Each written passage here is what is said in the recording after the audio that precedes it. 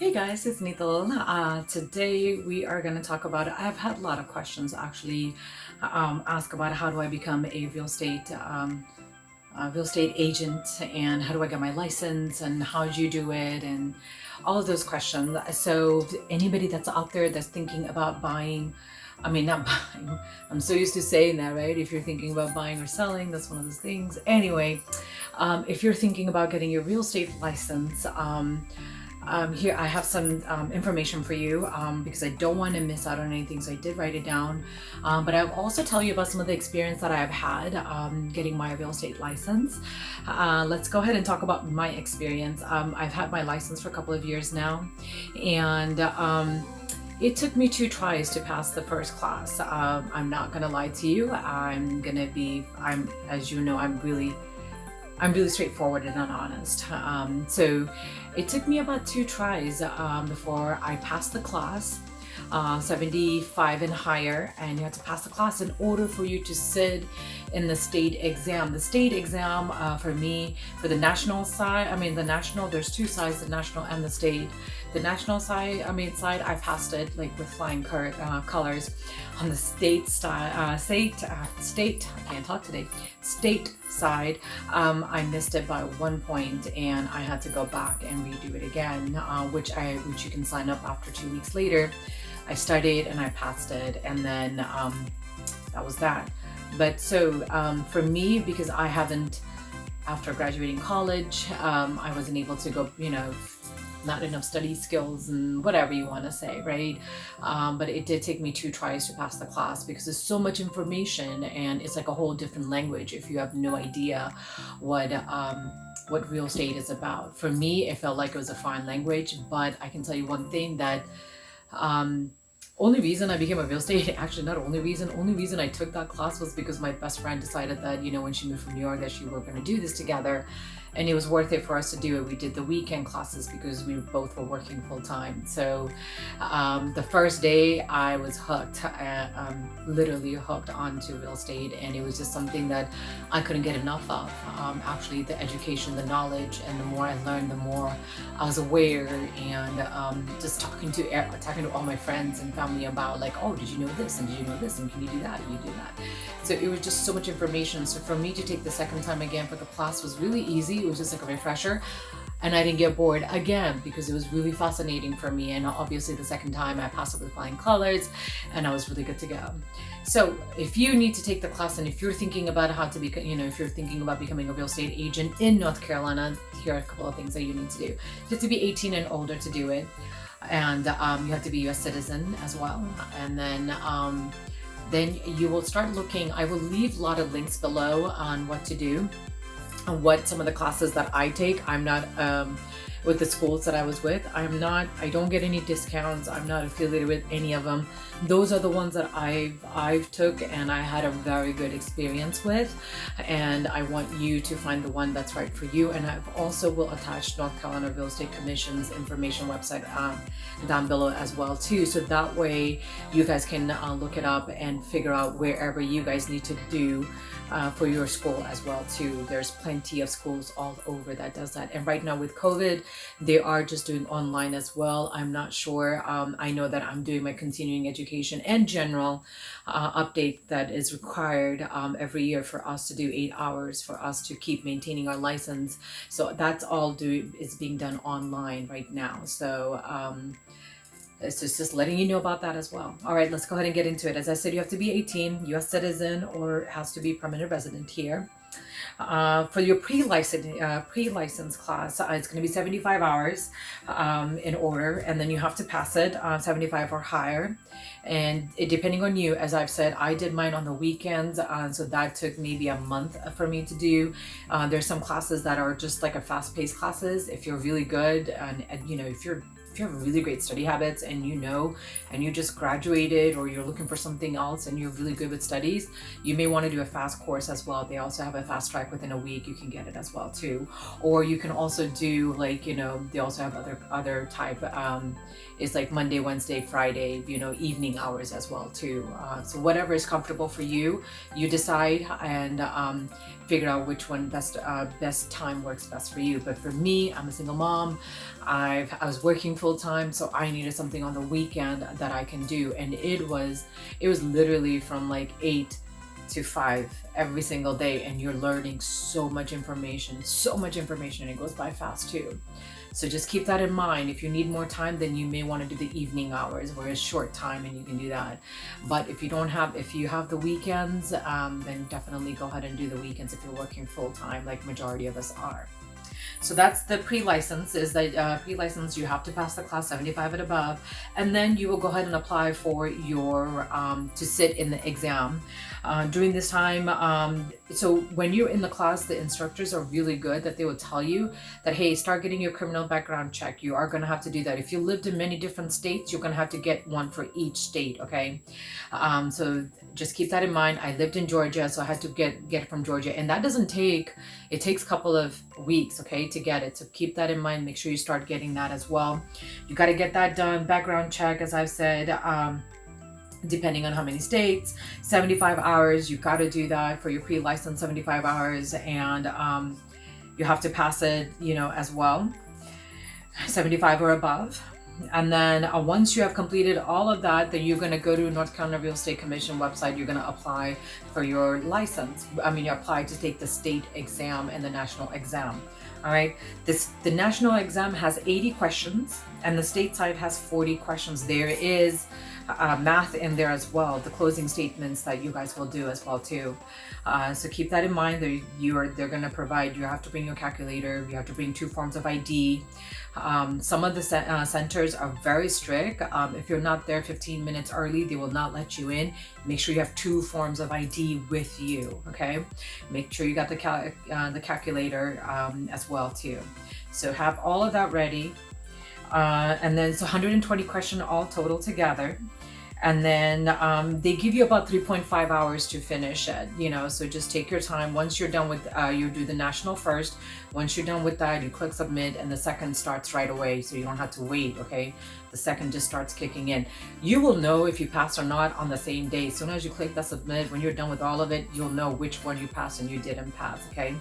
Once you pass both of them, they'll print out a receipt sheet for you, says congratulations, you passed. Then after you get that, you're going to go back to the website. Then you're going to apply. For your license on North Carolina State Commission with that, and they will notify them as well too, because everything is monitored. So the application, so for the state of North Carolina, for your exam fee is $164. You have to pay that. So it's like $100 for the application fee and $64 for exam.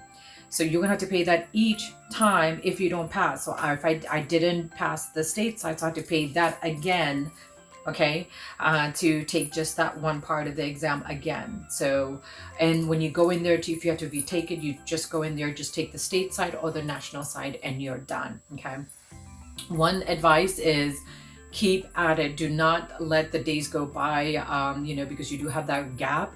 Keep studying. I've had so many books that I was just going over and over and over and studying that stuff, like the state laws and things like that constantly.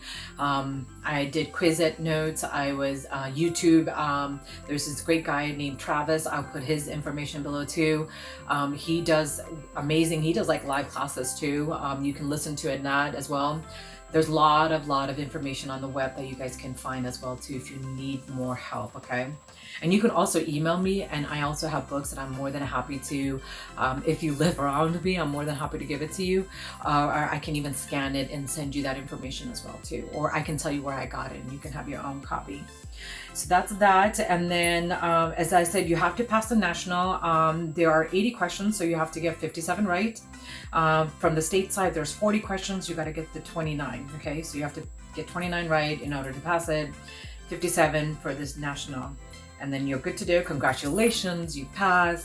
Then your provisional, okay? So a lot of people think, okay, great, I got my license, so I'm yes, you have your license, but you're on a PB status, which is provisional status, your provisional broker. So after you get your license, it comes in the mail and everything, then you will go ahead and join a firm. And firms, any firms that you feel you want, I suggest you interview a lot of different firms before you just decide on just going with one. Definitely interview a lot because they have fees. They have a lot of other stuff. I can tell you, I've been with 3 different firms. The last one that I'm with, Hunter Rowe, I love them. They're really amazing because it fits my personality. It fits my style of working. I work with Keller Williams. I work with Better Home and Garden as well.